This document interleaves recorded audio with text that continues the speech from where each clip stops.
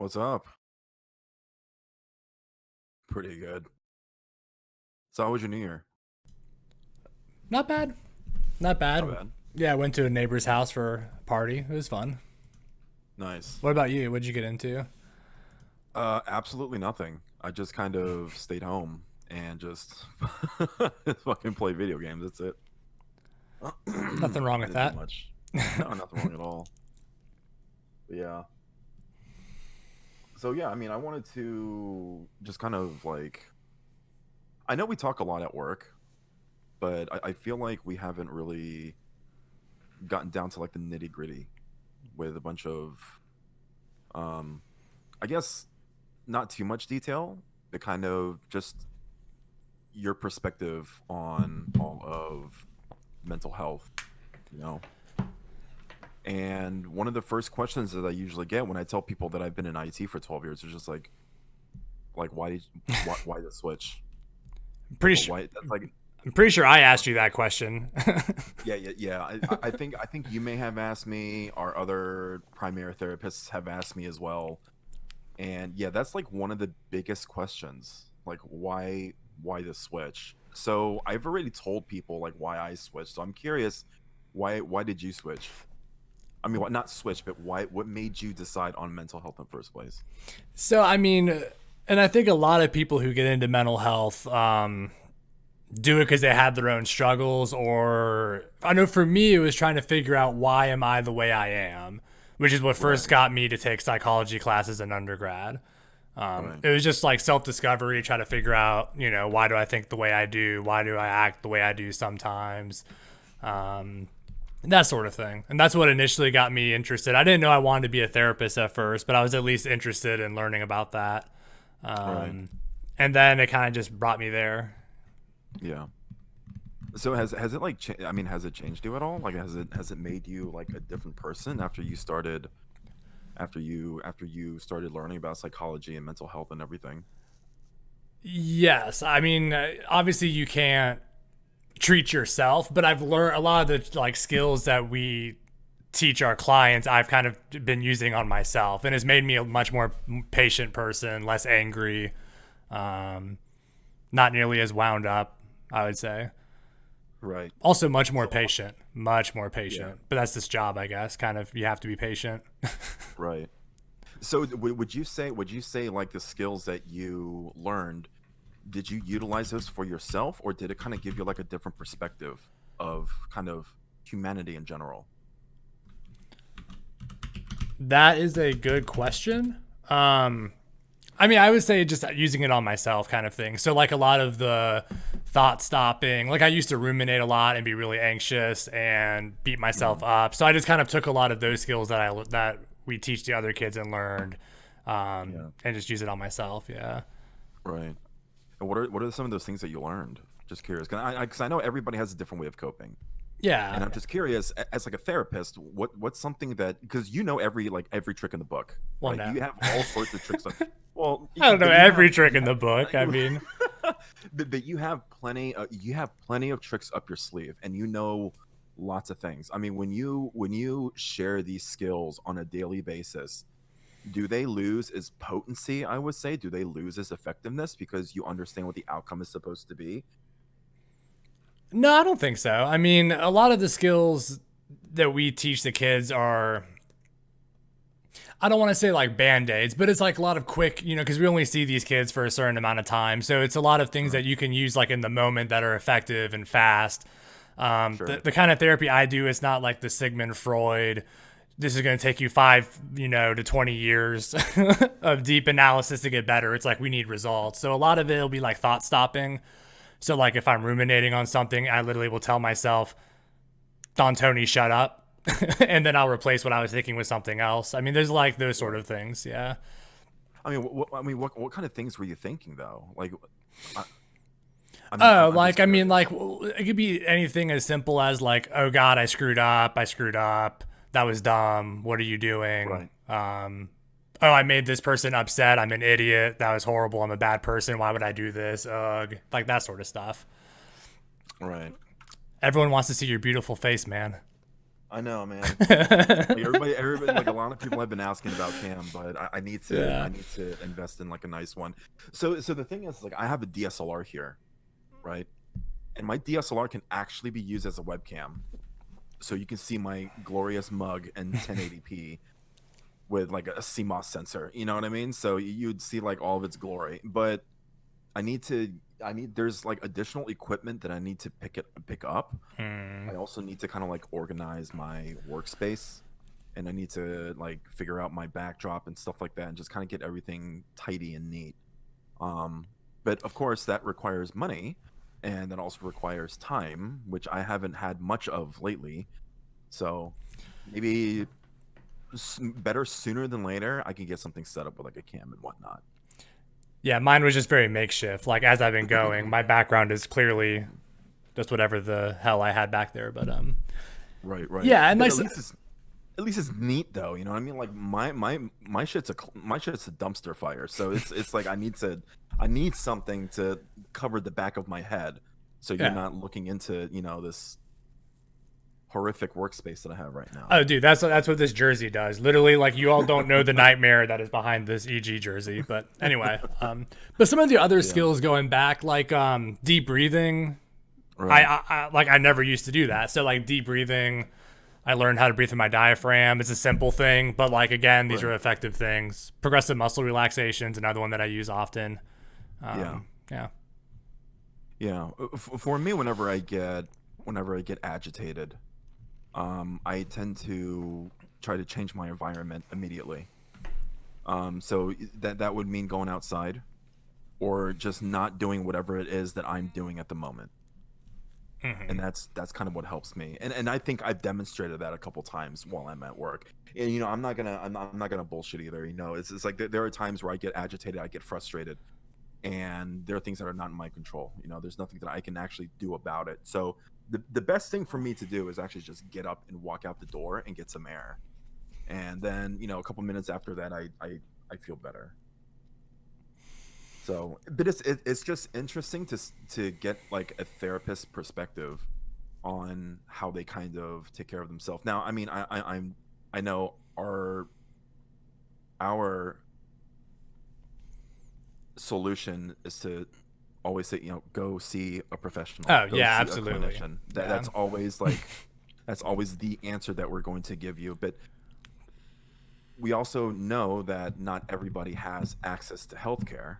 Not everybody has access to a therapist. And so, sometimes, unfortunately, a lot of people out there have to deal with these things on their own. And it's important that we discuss these things and kind of, give them advice, because these are, I mean, I think, I think mental health is super important. And I think that's still an understatement. I think a lot of Yeah. people don't even realize, that what they're going through is normal, you know? The rates are astonishing too. I mean, especially amongst like our youth. I mean, it's crazy. But even adults too. I mean, it's depression, anxiety, or it's like the common cold of mental health. I mean, Right. it's super common. Um, and like a lot of people think if they don't have like real severe mental illness, like I don't need therapy. But I mean, it helps everyone. Yeah. But you did touch on a big issue with our country in general is like healthcare, lack of services, lack of affordability of services. Right. We know from our job, insurance companies don't like paying for mental health treatment. Right. So yeah, it's a problem. Yeah. And I feel like it's just underplayed. I think a lot of people are still in denial. Well, it's because it's And I think taboo. I mean, our culture is very right. much like if you're mentally ill, you're like if you have like a mental illness, you're like defective or you're Right. broken. As opposed to viewing it kind of like you have the flu, you have an illness, we need to get it treated. We view it as like a character defect or some sort of flaw, you Right. know. Um, Right. and yeah, Overwatch and Siege can drive you crazy as well. I see that. I have on the multi stream. I have yours up as well to see your Yeah. chat. But yeah, I mean yeah. Yeah. I mean, it's if you so let me ask you, if you didn't have access to healthcare, if you did not have access to a therapist, Hmm. what would you tell someone to do? What should they be doing? So it would depend on like what issues I guess they're going through. But there are for your everyday anxiety and depression. There's actually and I hate saying this, but there are some really good self-help books. And that's gonna sound really cheesy and lame, and like just give me a moment. One of them that really helped me a lot that I read in grad school is and of course now that I'm on the spot, I'm like brain farting. Your Erroneous Zones. Your Erroneous Zones. And a funny story, I was reading it at my old job I had, and my supervisor thought it was Your Erogenous Zones, and she was like, "Why would you bring this book to work? Why are you reading this?" I was like, "No, read it again. It's erroneous, not erogenous." It was funny, but it's a great book. I mean, it's written by a doctor, and I read it because one of my professors recommended it. But it's written very much for like your average person, like a self-help book, and it teaches you those kind of like cognitive tricks, like ways to like stop like self-defeating thoughts. It's by Dr. Wayne Dyer, really cheap on Amazon if anyone wants to get it. It's really good. It's a good book. That's what I mean. YouTube, like if you ever wanted to learn like relaxation skills, like there's a million YouTube videos that'll guide you through like different relaxation exercises. You know. Right. What's the book called again? Your Erroneous Zones. Your Erroneous Zones. Yeah. It's really good. Your Erroneous Zones. Let me see. The cover has him and he's looking all like, hey, with his like hand on his head and he's like smiling. It's a really good book. And it's an easy read. It doesn't use a lot of like jargon, anything like that. Like it's an easy read. One of the things that I like a lot that I took away from the book, there's a section where he talks about guilt and like anxiety, and it's the whole idea that like both of those are pointless because it just stifles you in the present over stuff you have no control over. So like all worrying about stuff does is it stifles you in the moment over stuff that's you have no control of. It's gonna happen. It's gonna happen. Same with guilt. I mean, all it does is it freezes you in the present over shit that's already happened that you have no control over. I thought that was kind of a cool take from it, but yeah. Have you Color? Have you heard of the Healthy Gamer GG on YouTube? I have not. So I've had someone in my chat, Mopsky. He like has told me about it before, and I'm sorry I have not looked into it. But it's like a therapist who like focuses on like the gaming industry and ways to make gamers more healthy and less neurotic, I guess. But yeah, I feel like I feel like a lot of people in esports need therapists. Why is that? I mean, I don't disagree, but I'm just curious, like what observations you made. I just think the pressure.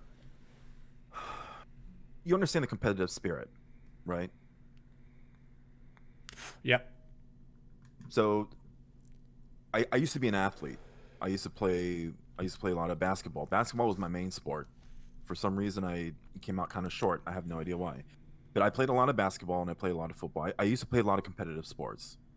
And whenever we lose a game, I always felt very, very defeated. So when I feel defeated, I always go, man, I fucked up. But I knew that I physically put everything that I could have possibly done to try to win that game. It's a physical sport, right? When I screw up on a play, that means I tell myself I need to practice more, right? I need to work on my coordination a little bit more. I work on my ball handling skills or work on my shooting. If I'm a poor 3-point shooter, I start working on my 3-pointers, right? In gaming, however, while it is physical to a certain point, most of it is mental. They're all like mind games. So when you're sitting there and you're focused and you're trying to, depending on what game you're playing, I'm pretty sure a lot of games are the same way. It's like a very, very fast-paced game of chess, almost. Where on the fly, you're trying to figure out what is happening, what is going on, and how you're going to counter whatever it is that they're doing. And it happens in a heartbeat. That takes a mental toll on people when you have to think that fast. You know? Mm-hmm. And I just think when it comes to esport players, it's not so much about you got to go and you have to physically exercise more, or you have to go out and you have to work on these ball handling skill, whatever it is. But it's more so we want you to, I don't know how to explain it. Like I'm trying to explain this in a way where it's not like night and day. You know what I mean? Like there's similarities with it, but I just feel as if people who are in esports take a much more of a mental health hit than a normal athlete does, because I think they just use more brain power, if that makes any sense. Maybe. I mean, I can't speak from the athletic part because anyone who knows me knows that's not, yeah, that was never in the cards. But I do imagine with any sort of like high stress, taxing, I mean, I know like you're sitting at a computer and playing, but it's still physically taxing, it's mentally taxing. Yeah. If you're a professional, your livelihood's on the line. I Right. mean, I know a lot of big teams nowadays, they have salaries, but I mean, I know a lot of their money comes from their winnings. So I can Yeah. see a lot of similarities there. Yeah. Yeah. I But definitely could. yeah, but I don't know. I just feel like esports, when it comes to esports, there's just so much more, like it's just such a bigger mental health hit on them. And like Postcards is saying in chat, it's like they put in a shitload of hours, Hmm. scrims and rank play and whatnot. And when you don't do well, that takes a toll on you. That makes you start second guessing yourself. You know? And I bet you there's an isolation involved there too, because kind of like what Postcards is saying. Like I know for the esports that, I love, Rainbow Six Siege, those people will be playing like 10, 12 hours a day. They all live in a house together. Like I'm sure there's some isolation involved Right. as well. And, Right. it's high competitive, the high stakes. Right. I also feel like, and this comment may draw a little bit of heat, but I also feel like people who probably are drawn to esports are more introverted and neurotic to begin with and probably have their own issues because, I mean, it's not like, what I'm saying, you're in your room by yourself playing video Right. games. Like, I feel like those sort of people are probably more prone anyway. Right, But right. So when you say neurotic, what does that mean? so they're going to be more prone to like anxiety. Ah, okay. Yeah, like there's like a long definition of someone who's neurotic, but Right. basically having lots of quirks, being kind of like someone that you would say, my brain is not working too well tonight. It is the day after New Year's Eve, so my brain is completely fried. But like someone that has like the tendency to like have like eccentricities, they're going to be more uptight, high strung, anxious. Right. Yeah. Right. Yeah. Because they're alone with their thoughts, you know. So when you spend a lot of time alone, you think you think a lot. You know? Yeah. Yeah. Yeah. I mean, so with all that being said, I mean, I know we're pretty involved in the Twitch community, right? I mean, we're both affiliate streamers, and we've done our homework, we've done our research, and we've heard plenty of stories of what happens on Twitch. What is something that you wish everyone could improve on? Get rid of the toxicity, honestly. I mean, I don't know about, and I guess my Twitch experience is very niche. I mean, it's like Rainbow Six Siege is pretty much all I Right. watch, all I play on Twitter. Toxic as hell. And I think Yeah. that, and that probably comes with social media in general, which is one of the big issues I think facing our kids is just not knowing how to navigate that. But yeah, the toxicity, like, be nicer to each other. Damn. Like, that's the big thing I think everyone needs to improve on. Yeah. I mean, I know you've seen it. It's brutal. And I don't know what the right answer is. A little self plug. I actually have a video talking about toxicity in Siege and a therapist Right. perspective. It's on my YouTube, but it doesn't matter. But no, I mean, yeah. And I You think, can shamelessly plug it. That's okay. I mean, I think this talk no. I think these talks are important. Really. I mean, we're trying to get rid of the stigma, and I don't want people to think like, oh, we're talking about money. You're not in here for treatment. We're here to just discuss these things and give you a couple tools here and there. You know what I mean? Give you something to think about. But the last thing that we want is to think that people are in our chats for a therapy session. That's not what we nah, want to do. it's not ethical We either. Yeah. Exactly. So I mean, we have a phone number below. Like, if you truly are struggling, we encourage you to call the number below. And it's not that we don't want to help you, but yeah, from an ethical standpoint, there's nothing we can, it's not that we don't want to help you. There's really nothing we can really do. at this point. So I mean, hopefully through our conversation, you're able to take something, you're able to, walk away with something different, walk away with something new, and how you interpret that is completely on your own. It's completely up to you. But What about you though? So I'm going to put that question back to you. What's the thing that sure. you've seen most that you feel like needs to be improved on or worked on? Oh man, I never thought about that. I was just gonna actually throw that question at you, and then I Oh, was just gonna wow. move on. That's fair. I really want people to start seeing their own self-worth. That's a good one. I really want people to understand that you don't need validation from other people to know that you are worth it. And it's not that I'm tired of hearing it. It is the fact that, like, how do I sound? How do I explain this without sounding like an asshole? Because it's not. I'm not trying to be an asshole, but I want people to realize, like, you are who you are. Deep down inside, I think you know your worth, but because you're not getting that validation, you think you're not worth anything. And I want people to know, like, you don't need validation from other people. You don't need someone to come by and be like, hey, you're awesome. By default, you should already know that you're awesome. And I hate social media. Yeah, that's a huge problem. Like it really I is. Yeah. I fucking hate social media with a passion. And it's like there is nothing wrong with sharing the highlights of your life. But how other people take it is not necessarily the message that they're like they want to receive. Like when you go on social media and you go into Instagram or any platform, and you look at all these different Twitter posts and you see all these people having a great time, hanging out with friends, traveling the world, taking pictures of their cars. You know what I mean? It's just don't, like, they're showing you what they want to show you. Yeah, exactly. You can make your life look like whatever you want your life to look like online. And then there's going to Exactly. be someone who's struggling and looking, being like, well, my life's a fucking shit. Because look, this person's Right. over here one weekend, they're in Bali. The next weekend, I don't know why I said Bali. I don't even, anyway. But you know what I'm saying? They're here, they're Yeah, yeah. there, they got this beautiful Right. family. There's actually a Right. friend of, well, it's an acquaintance of mine, someone that my wife went to and I went to college with. And her profile is very much that. Like when you look at her page, it's very much that whole like, she has like the perfect life, beautiful children. Every Right. post is so inspirational, and she's such a and you're just like, oh come on, I know who you are, lady. Like this is Yeah. not reality. It's not. Right. That's not your Right. life. Yeah. And people start to judge their own life based on what they see in others online, and it's Right. and it's affecting our children really badly. Well, I don't have Yeah. any kids, but the youth of Right. the Right. world, it's screwing them up. Yeah.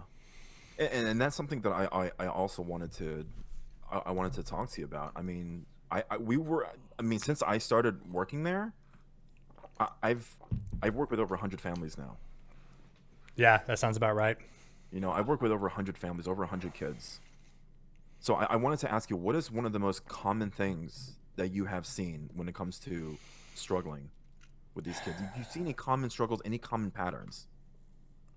Yeah, I mean, so I would say like 90% of the kids we get are suffering from depression, anxiety, low self-esteem. Right.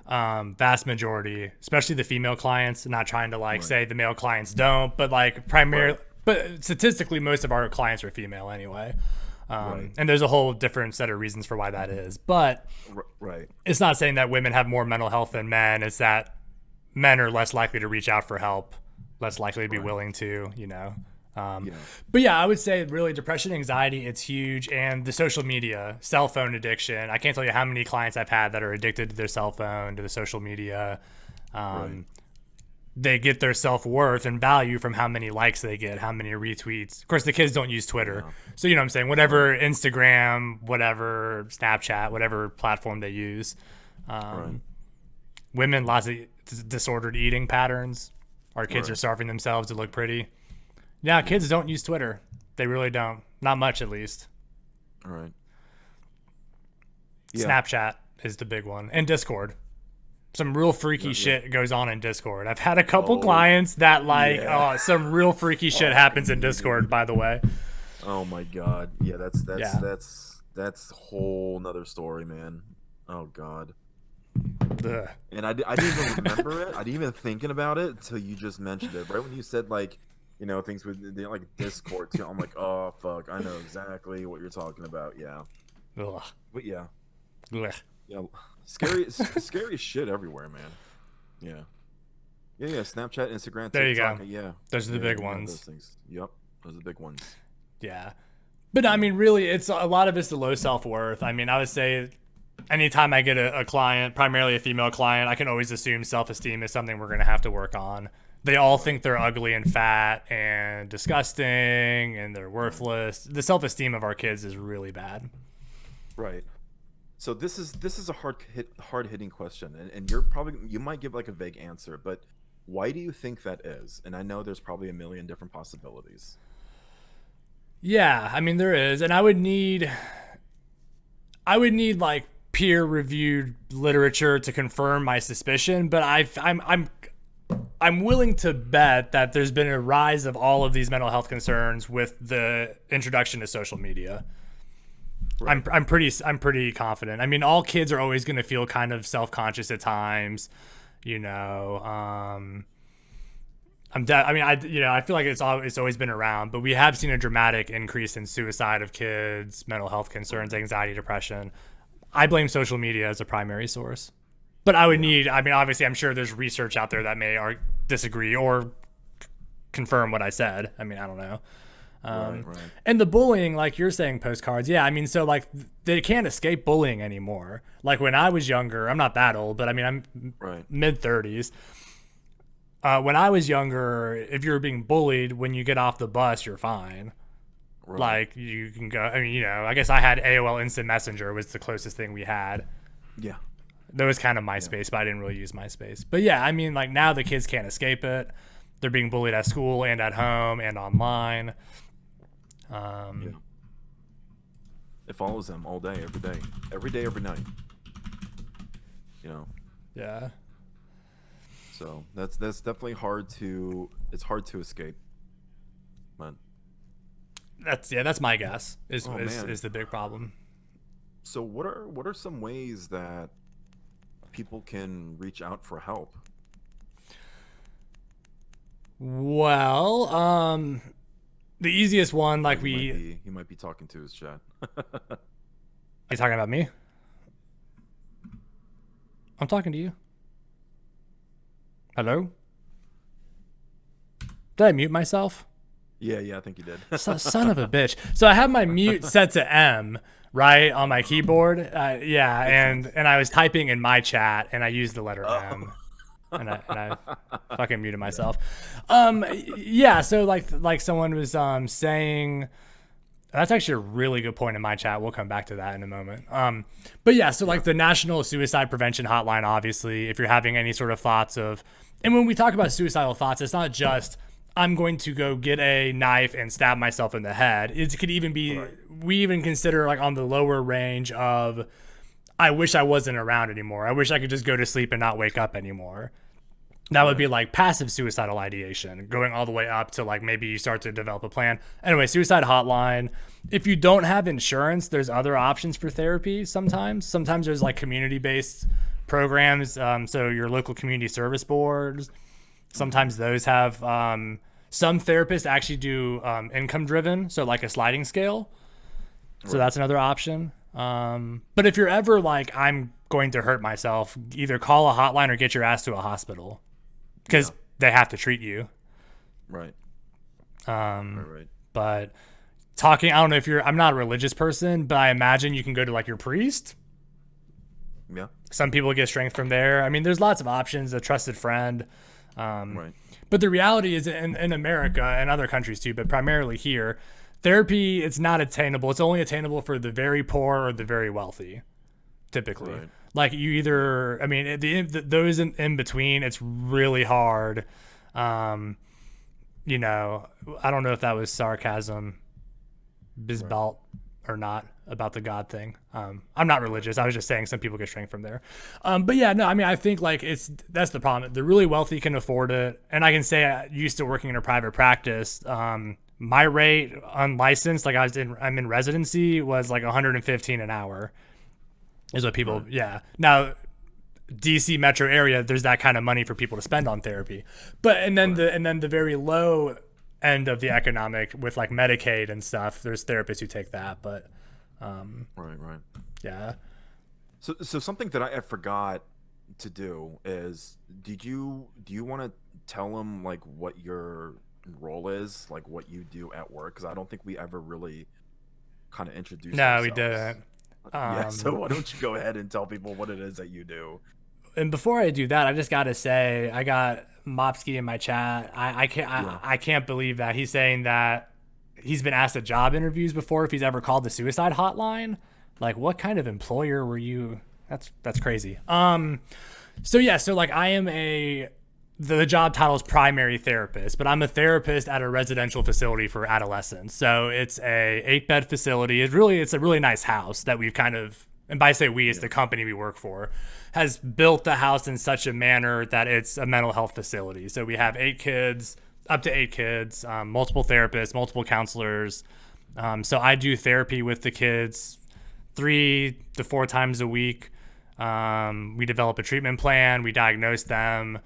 We come up with objectives, and we just do therapy. I specifically do cognitive behavior therapy, and I specialize in trauma. So I do trauma-focused cognitive behavior therapy is what I specialize in. We also have a psychiatrist. We have counselors. We have a dietitian.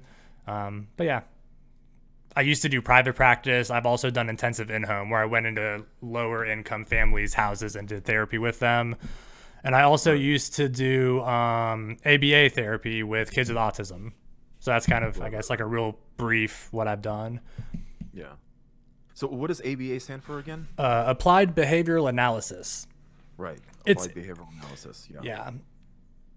And it's it seems really harsh when you do it, because it's so like it's literally sometimes if it's really intense and they're nonverbal, you first start with sit. So you teach the kid to stay seated in a chair, and then next you teach them to speak. You know, sometimes you have to teach them to brush. So it's almost like training like a dog, but it's a person. Obviously, it's a human. Don't get up in arms, people. But like it's very much like the first command is sit. I'm going to teach you to sit, and now stay, because you have to have them to be able to sit and stay to do therapy. It's weird. I didn't like it, but yeah. So I am a facility coordinator. I make sure everything kind of runs smoothly. I'm in charge of the admission process. I also provide quote unquote clinical support not every week, but on certain weeks. I do manage all the counselors. I do the hiring for the counselors. I basically try to make the program run smoothly. So I don't do as much clinical work as Don Tony does. So he is like the real deal. He is okay, no, but here's the thing I'm gonna say though is in this, I mean, I'm not trying to like, inflate your ego, but the reality is I see my clients 3 to 4 hours a week. The counselors see them 24/7. So I mean, let's be honest here. Like I bring them to my office, I do my therapy, and then I'm like, if you have any sort of problems, go to them. They'll help you out. So I mean, it's a team effort and yada yada. Yeah. But no, I mean, I really, I'm the real deal. Yeah, you are the real deal, man. So, yeah, I mean, we kind of gone over a lot today, and I know we can talk for a lot longer, but I am pretty sure we're probably gonna save it for another night. Yeah, I mean, I'm cool to I'm cool to like do this, weekly, bi-weekly. Like I enjoy this sort of thing. Yeah. And I still have another like 20 or so minutes. I mean, does anyone have any questions? Like in my chat, if anyone in my chat has questions, post them. And again, we're not going to be doing therapy, but if anyone has general questions, post them in our chats. Yeah, post away.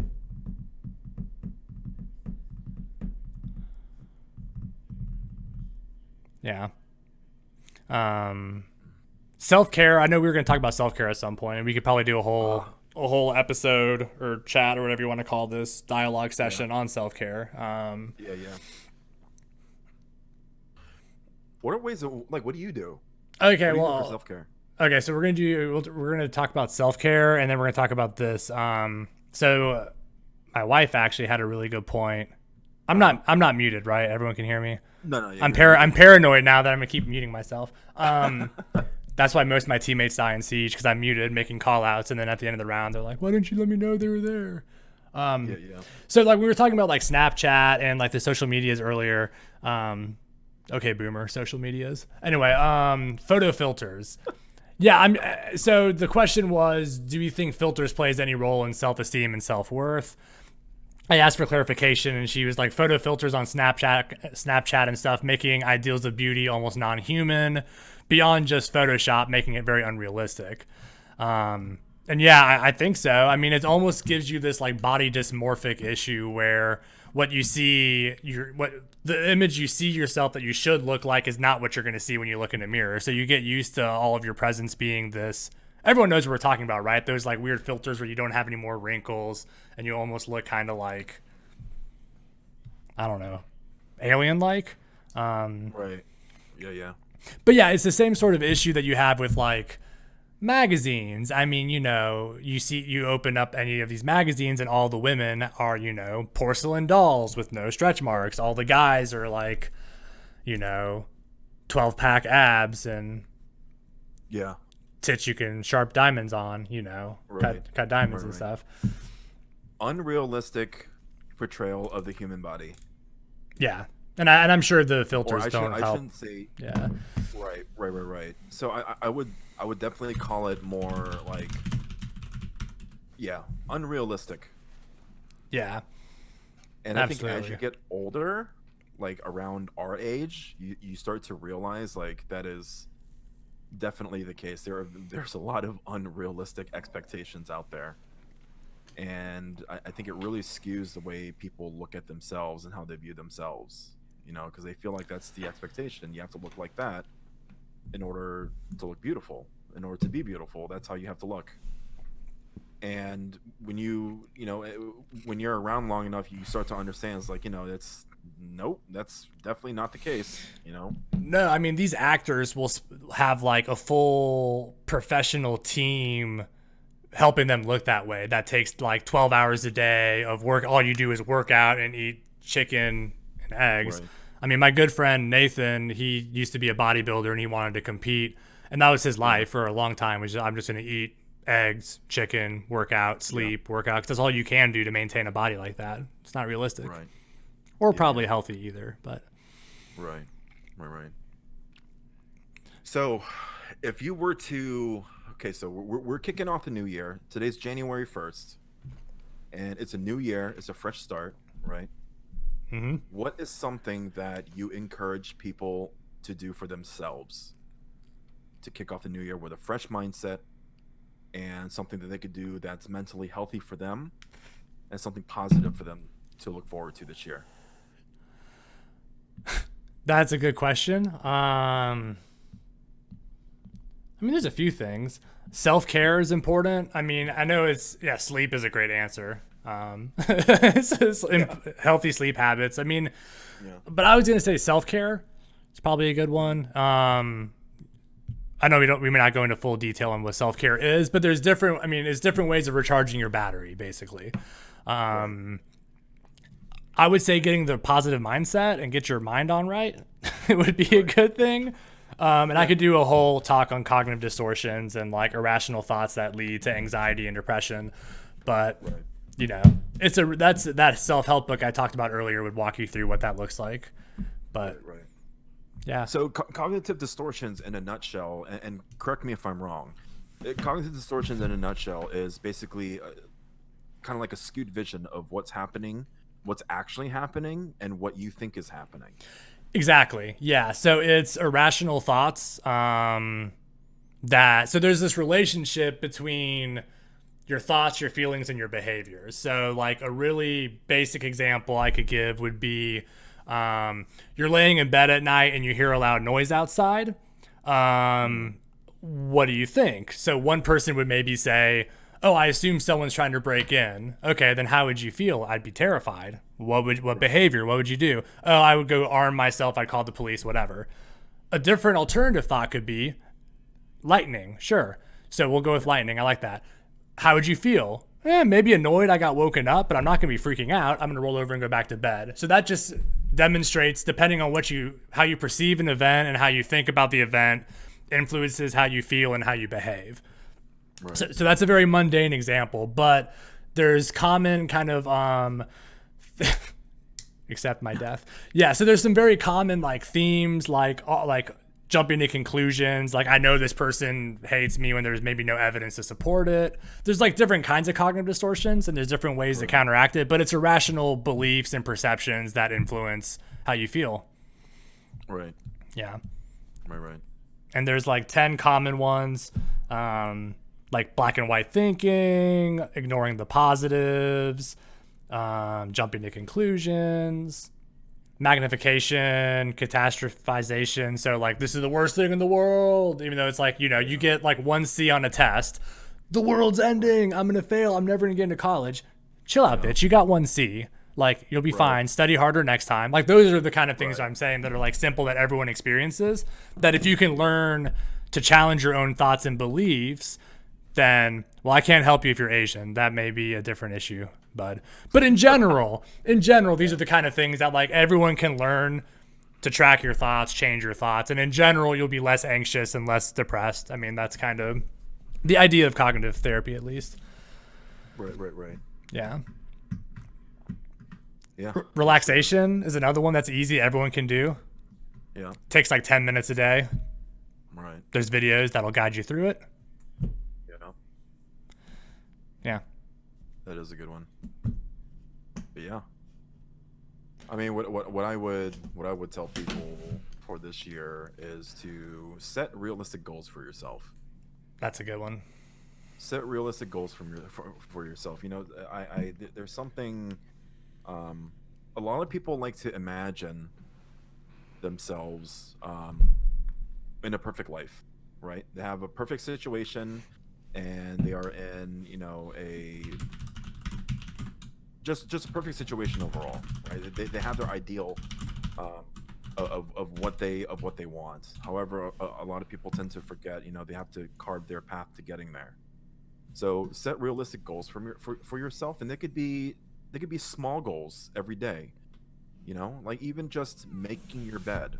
That is making your bed every morning. It's still an accomplishment. It gives you a sense of accomplishment, and it'll help you start building some structure into setting realistic goals for yourself. And I know it may seem silly, but set small expectations for yourself. Start there and then work your way up. So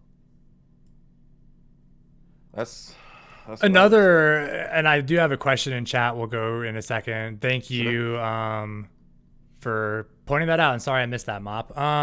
So one thing I will say about the goal setting is I agree completely. You also want the goals to be measurable, right, and obtainable. Like coming up with a goal of like, I'm going to, I don't know, you get my point. Like, I'm going to rule the world. No, how are you going to meet that goal? No, just break it up into like achievable, measurable steps, and then provide yourself reinforcement when you meet your goal, because all behavior that's reinforced will continue.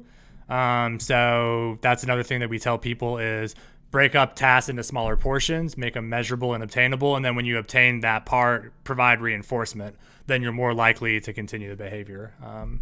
True. But so Mop had a question, with social media playing a huge role in mental health, obviously it's not going to go away. In your opinion, how can we as a society improve our reaction with social media? That's a really good question. Dude, that's a great question, and I don't know the damn answer. I don't know the answer to it. Yeah. And the answer that I would give are like very unrealistic ones. Like it's just that, I mean, in a perfect world, it would happen. But I mean, what are we gonna do? We're gonna put a disclaimer. You're gonna encourage people to put a disclaimer on Twitter. It's like, hey, what you see here is really just for entertainment purposes. None of this should be taken literally. Not everybody has the perfect life, and everybody just wants to highlight and showcase, the best parts of their life, and their words are their own, and their opinions are their own. But in a perfect, that's only in a perfect world. People aren't going to think that way. So the only thing That's interesting concept because I don't think you should try to control something that's out of your control, right? Social media is going to be there, and it's just there. Twitter, I'm pretty sure it's they make lots of money to a point where they're probably never going to shut down, right? Same with any kind of social media. So something that I feel as if we can do is to um, understand the fact that these are just highlights of people's lives. They should not be taken literally, and to try to Yeah. separate yourself and have control over how you see things and how you interpret what you see on social media. Does that make sense? Yeah, I mean, and reminding yourself that this isn't real and you can portray however you want Right. to look. Yeah. I got another question from Zero Skill. I'm Right. glad you're here, Zero. It's always nice to see you. I can definitely answer this one. What are tips on how to handle a panic attack? So if you don't know what's triggering your panic attack, like if it's simply just like, because the whole point is like your lizard brain is freaking out when it doesn't need to, right? Like there's no threat, but your body's going in full fight, flight, freeze. Basic things like a relaxation regimen. You have to practice these skills not in the middle of a panic attack. So you want to master these skills when you're calm. And it's been shown to reduce the frequency of them. So progressive muscle relaxation, guided imagery, any of those YouTube videos will guide you through that. Diaphragmatic breathing is a good one. If you find yourself in a panic attack, what's helped some people is called grounding, 5 senses grounding. So that is 5 things you can see, 4 things you can touch. You use your senses. I don't remember the exact order, but basically you find things in the moment that you can see, hear, smell, taste, and touch. Some people will carry mints with them and they'll suck on a mint, and that kind of helps ground them, and they'll just focus on the intense flavor, so get a really powerful mint. Some people will bite into a lemon. Those things help with panic attacks or PTSD flashbacks, stuff like that. But if you are prone to panic attacks, I would say you want every day to wake up and go to bed to some sort of relaxation, or even during the day, do some sort of relaxation routine. Right. Also, go to therapy if you're having frequent panic attacks. There may be other issues you need to work through also, Right. but that would be like the generic advice I can give you on a Twitch thing. Yeah. Yeah. So something that I do for me is I lay on a hard flat surface. That always works for me. Whenever I get a panic attack, usually I just lay on, like, thank God I have hardwood floors, and in my kitchen I have tile flooring, so it's cold too. And whenever I get a panic attack, I just lay on the ground. That's actually And really good, the temperature that you mentioned, because that's actually a DBT Yeah. skill, tips. Right. So that's good that you kind of, that you do that. Yeah. The change in temperature for like my entire it just it works wonders. So whenever I get a panic attack, I lay on the ground, flat on the ground, and I just lay there until I just start to calm down. But that works for me. That works like magic. So And the if you ever get a general, panic attack, there you go. try that sometime. and there's science behind that, like what he's talking about too. So like, if anyone's ever curious, a distress tolerance skill that we teach at work and in general is through dialectical behavior therapy. It's called TIP, TIPP, and it stands for temperature, intense exercise, pace breathing, paired muscle relaxation. So there's a science behind it. Yep, just the tip. There you go. Thank you, postcards. Appreciate it. Yeah. But yeah, I think this was a great talk. I really want to do these more. Yeah, I'm on board, and people seem to like it. I mean, I got peeps. Show of hands. Would people want to actually see this again? Is this helpful? Yeah, Productive. I'd like to see it too. Well, And you chat, would, spam okay. the emote. Spam the emote. My brand new emote. And let me know if this is something that you guys want to hear more often. And I definitely want to. I mean, I'm pretty sure like Don Tony said, he's down to do this. I would definitely Yeah. like to have more of these type of talks, and I would actually love to hear. I would love to hear some stories from people. And again, this is not a therapy session, but if you've had struggles and you've overcome them, I mean, I'm pretty sure we would love to hear it. Yeah. I feel like I made an executive decision right there, and I shouldn't have. So Disclose your deep personal dark stuff and tell us everything that you have. No, but I mean, it's, it's one way to break the stigma, right? I mean, everyone goes through shit in life. At this moment in time, we're more depressed and anxious than any of our ancestors. So shit's clearly it's not going great. So, I mean, sometimes it feels good to talk about it. yeah. Yeah. But we still got a little bit more time if anyone has any other questions. Yeah. Yeah, so it's actually funny. So my wife was joking about how we're going full Fraser Crane here. That was actually one of my visions when I first started streaming, was I wanted to merge the video game and the therapy thing and almost kind of do anyone who's ever watched the TV show Frasier, take questions and give kind of real basic nuggets. What's challenging, though, is you can't actually do therapy in this sort of format. It's just not really possible without knowing all your deep, dark past. But, basic advice, kind of like what Zero asked, panic attack, what helps, or, things like that. What I've noticed, honestly, is I started to do this in the beginning when I first started streaming, and my viewer count would skyrocket down. Anytime I would talk about mental health, everyone would be like, "Oh, fuck this, I'm out of here." We're not, no. I was going to watch you play some video games, but no, I'm not doing this now. So I kind of gave up on it, which is a damn shame, because the more we talk about it, the better things will get. Stigma will go away.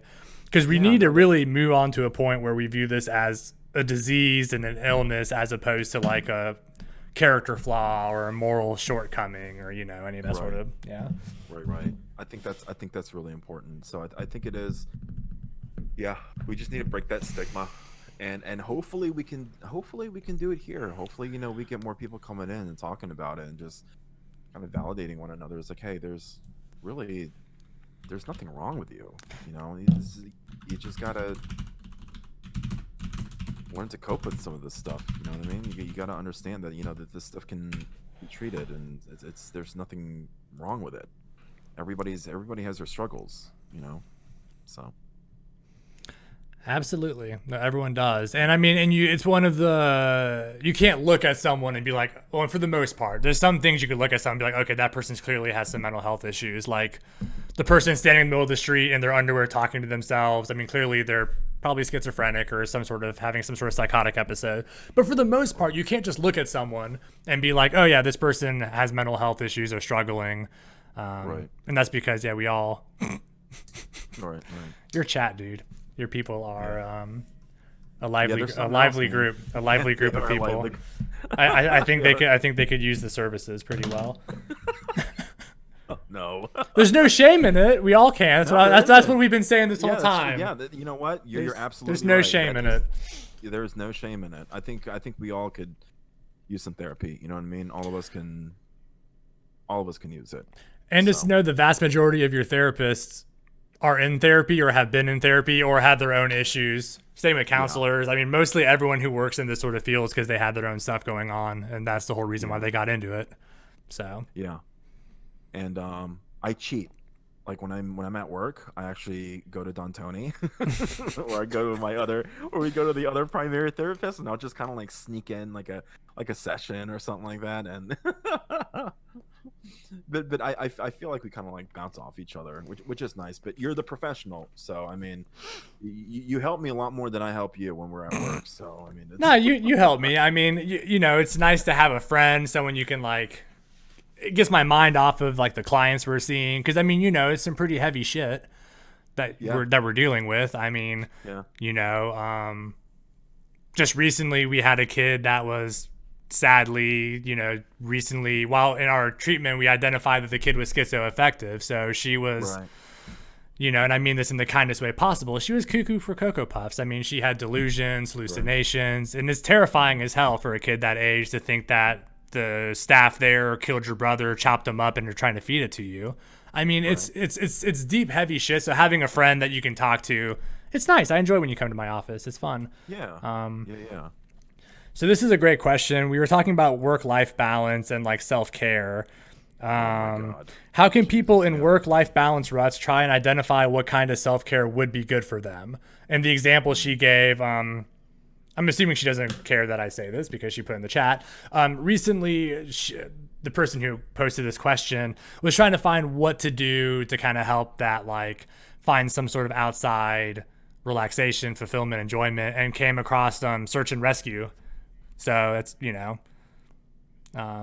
but yeah, so and we had a hard time finding that and yada yada. But so I guess the question is, if you don't know what the hell to do for self care, how do you find it and what's good for it? Right. So I can something that I can tell you firsthand. I struggled with that really, really hardcore, and Don Tony can attest to that. I had a huge issue balancing my work and my life. I brought my work with me, literally with me 24 hours a day. It got to a point where I was answering emails at 2 o'clock in the morning. It was really, really bad. And unfortunately, I had to learn the hard way. And this was all fairly recent. Yeah, I mean, I went to with postcards. I went to BlizzCon with postcards, and I brought my work with me there. I brought my laptop, and I was still answering emails and stuff like that. And I had this fear of getting caught behind. And unfortunately, and I had to learn the hard way. I I was so overwhelmed that I had a breakdown, and that's not a good thing. So, I don't want people to go through the same thing. So, really, you have to establish your boundaries. What are you going to do at work? What needs to be done at work? And what can wait till the next day? And I have to keep telling myself, just because you didn't do this today does not mean it is the end of the world. It does not mean you can't do it tomorrow. And also, what helps is that I started occupying myself more on the weekdays, in the evenings after I get off work. So something that helped me was try to book something with a friend, or try to. So I started going to the gym again, and that's another thing. So after I get off of work, I'm like, oh, I got to go to the gym. I'm trying to make that a part of my daily routine. So I have something to look forward to when I leave work. So I'm able to find that hard line of disconnect. It's like, well, obviously I can't answer emails when I'm, running on a treadmill or I'm lifting weights. I literally cannot. So definitely, and that kind of comes into self-care too when you think about it. Like when you disconnect like that, and you go and you do something for yourself that makes you feel better, that definitely helps. So drawing a hard line with your expectations, occupying yourself with things that you enjoy, even if you don't enjoy, because I don't like going to the gym anymore. I used to do it 5 6 days a week, and I'm sick of it, but I do it anyway because it's necessary, and I do it because I think of the long run of my health and everything. So, but yeah, Yeah, that's how I do it. Setting that hard boundary is super important.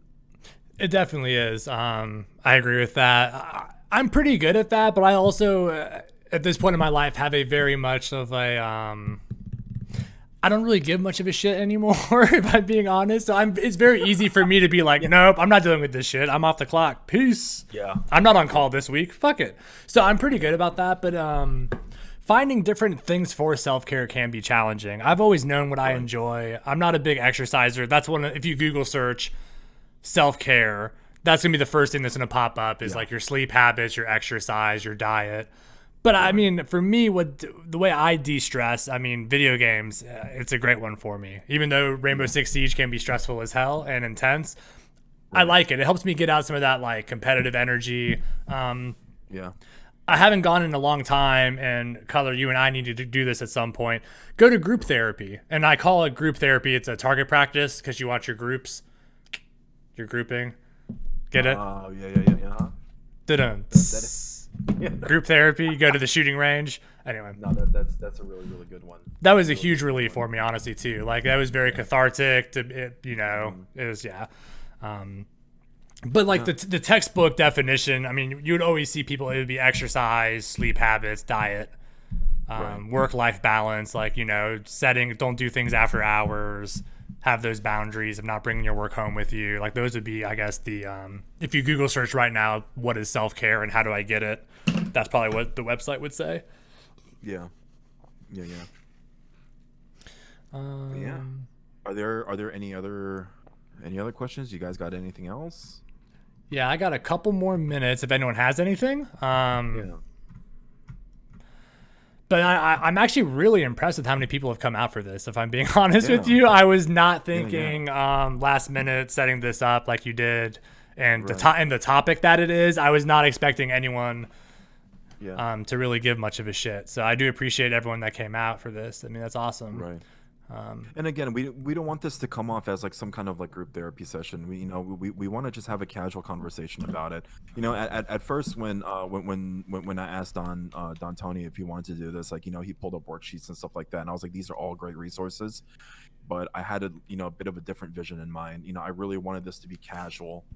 I don't want people to feel like they're pressured to ask any questions, to discuss their struggles or anything like that. But I think a good way is to have a conversation. I think that's the most comfortable way to approach this, is to just talk about it in like a social setting. And that's what we want to do. And at the same time, be able to give you guys some tools that you can walk away with, a different outlook, a different perspective on how you can handle some of your struggles when you're at home. So. And actually, I have one idea if no one has any questions that could be helpful. So for anyone who has not been to therapy before, it can be like a scary thing. And I know my wife would always say to me, like, I don't really understand what it is that you all do. Like, like I don't really get it. Like, what's it like? So, I mean, that could be like I could give a little brief, like what to expect if you go see a therapist. Like, what would that first day look like? I mean, really, if you go, the first thing they're going to do is ask you, like, well, why the hell are you here? Right? Like that seems kind of like common sense, but they're going to obtain background information. There's a fancy word for it. It doesn't really matter what it's called, but they're going to obtain background information to figure out your history, family history, the presenting problem, like why are you even here? Then you may not even get a diagnosis. Most people, if you go to like private practice that go just see a therapist, don't actually, I like that suggestion, Zero, and we shall. I'll say that in a second. He has a good suggestion. That's a really good one. Oh, do you have my chat pulled up? Yeah. Okay, yeah. I would love to go over that next time. But yeah, so like you may not even get a diagnosis. You don't have to have a DSM official. That's the Diagnostic and Statistical Manual of Mental Disorders. You don't have to have an official diagnosis to need therapy, but they're going to basically come up with you on a treatment plan. You'll come up with goals and objectives. Some sessions they may have like a plan. They'll be like, today we're going to do skill building. I'm going to teach you A, B, and C. And some days it may just be you come in, they're just sitting there and waiting for you to talk. It just kind of depends. Yeah. So, yeah. But I do like the idea of next time we do this to go over toxicity and how it should be handled. And I actually already know what I would answer that with because I did a whole video on it on my YouTube. But it was brief. It was very brief. I went over more the function of the behavior. Why does it exist? And then I gave a couple of ways to kind of uncondition those behaviors in the video. It's very jargony, but right. I like the clinical jargon though. I like it. Well, yeah, it's fun. But there was lots of jargon in it, talking about like extinction bursts, function of behaviors. But yeah, I'm interested to hear about that too because I can send you the link. I actually did it at work. There was one day I was really bored. There was one day I was really bored, so I just recorded it at work because I was. Oh damn! We were low census. I was bored. Yeah. Nice. Yeah. Nice. Yeah. All right, man. Yeah. If no one has anything else, I mean, I guess we can call it. Yeah, I am still recovering from last night, so I need to go to bed and do some self-care so I can, because we have a busy day tomorrow, I think, so. Yeah, we have an admission, right? A new one. Yeah, we have an admission coming tomorrow. I'm very careful about what I say, so that's why. That doesn't violate HIPAA saying that. Right. as long as it's like no names, no identifying information. No, we didn't even say the name of the place we work or anything. So nope, it's fine. Is it my client? No. Good. Okay, cool. We're fine then. Yeah. Very good. SJ's. Yeah. Okie dokie. I think you're good for now. Yeah. Oh man, someone got kicked out. Why'd you get?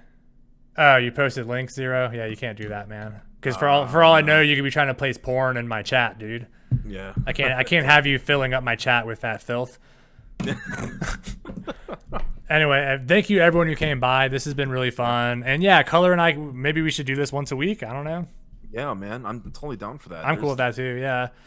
The sky's the limit, man. There's so many things that we could talk about, and you know, I would love to talk more about this. You know, so.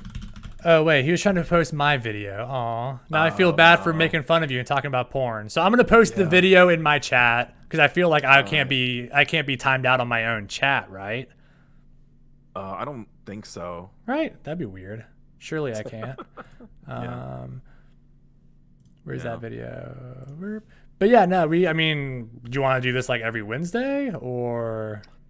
I mean, we could do it every Wednesday if you want to. I'm down for that. I mean, we can talk more about it tomorrow. Yeah, we can talk. 'Cause Yeah, I'm gonna see you tomorrow, so it's like, yeah, we can talk more about it. I don't know if you're gonna be super busy. I mean, I can just come to your office and be like, "Yo, what's up, man?" So we can talk about it tomorrow. yeah, we can talk. Yeah, we can talk tomorrow. Yeah, Yeah, I'm sure I'll have time at some point. yeah, man. All right, well, All right, dude. thanks to everyone for coming. Appreciate it. It's been fun. And next week, I guess we'll talk about some toxicity in gaming and what can be done about that. And if anyone ever has any questions, you can always follow us on Twitter and message us or DM us on Twitch if you have any topics you want discussed or anything at all. Yeah. That'd be great. Yeah, man. All right, well, I guess that's it, man. I think this went great. Yeah, it was fun. I enjoyed so it. excited. It was People a lot seem of to fun. like it. I got more viewers than when I play Siege, so clearly this is more worthwhile than than my bad Siege gameplay. Yeah. I'm not saying your siege play is bad, but I am validating the success of tonight. I think this was a good turnout. I like the engagement of tonight, and I like that people do see the concern of all this and everything. So, yeah. All right. Yeah. Well, everyone, appreciate it. I'll be back on Twitch tomorrow night for Siege. Woo! Yeah, man. All right, dude. I'll catch you later, man. See ya. See ya.